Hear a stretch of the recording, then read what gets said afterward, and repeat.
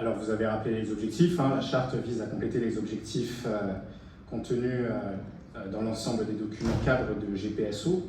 Voilà, donc ça complète. Ça constitue un outil durable et de sensibilisation.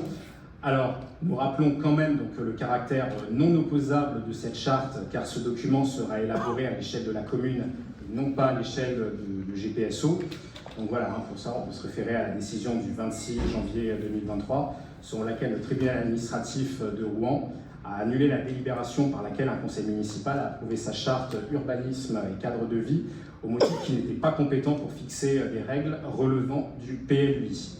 Alors, vous avez parlé donc d'un volet environnemental. Alors, à ce propos, certaines villes n'hésitent pas à se lancer dans la rédaction de chartes de l'arbre. Le caractère ou non opposable de ce document dépend aussi de l'élaboration, de l'échelle de l'élaboration des règles d'urbanisme.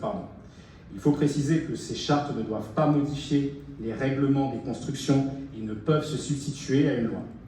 Il faut en effet rester dans le cadre légal, car à partir du moment où une directive est modifiée, il faut modifier en conséquence le PLU et le PLUI.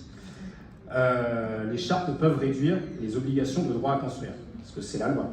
Si l'on prend l'exemple du système racinaire, avec par exemple un arbre comportant des racines de 15 mètres de long qu'il faut protéger, on réduit la construction et parfois on ne peut pas en faire mention.